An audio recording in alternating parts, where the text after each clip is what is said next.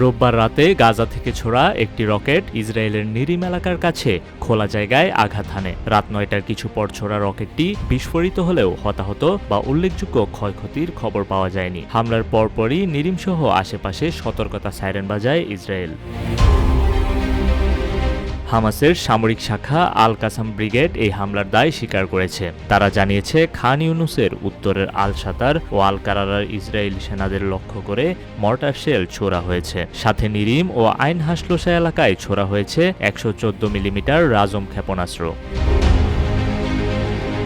যখন আন্তর্জাতিক সম্প্রদায় গাজার যুদ্ধবিরতির আলোচনায় ব্যস্ত, তখন এই হামলা নতুন করে তৈরি করল উত্তেজনার। বিশ্লেষকরা বলছেন হামলার সময়টি কৌশলগত। RICL TMX, যুগের পর যুগ স্থাপনা থাকে মজবুত। এটি যুদ্ধবিরতির আলোচনা থামিয়ে দিতে পারে। আল কাসামের প্রকাশ্য দায় স্বীকারের ফলে ইসরায়েলের পাল্টা প্রতিক্রিয়া আসতে পারে বলে ধারণা করা হচ্ছে। সীমান্তে সামরিক মোতায়েন জোরদার করা হতে পারে, বাড়তে পারে বেসামরিক দুর্ভোগও। চলমান যুদ্ধের এতদিন পরও গাজায় হামাসের সামরিক সক্ষমতা রয়ে গিয়েছে এবং তারা যে কোনো সময় প্রতিরোধমূলক আক্রমণ চালাতে সক্ষম। এই হামলা সেটি স্পষ্ট করল।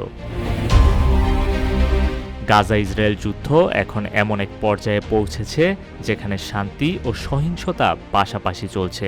রকেট ও মর্টারের এই হামলা শুধু আরেকটি ঘটনা নয়, বরং যুদ্ধবিরতির আশা ও বাস্তবতার সংঘর্ষের প্রতিচ্ছবি। প্রশ্ন এখন একটাই, এই উত্তপ্ত মাটিতে সত্যিকারের শান্তি আদৌ সম্ভব কিনা। নিউজ ডেস্ক, রূপালী বাংলাদেশ।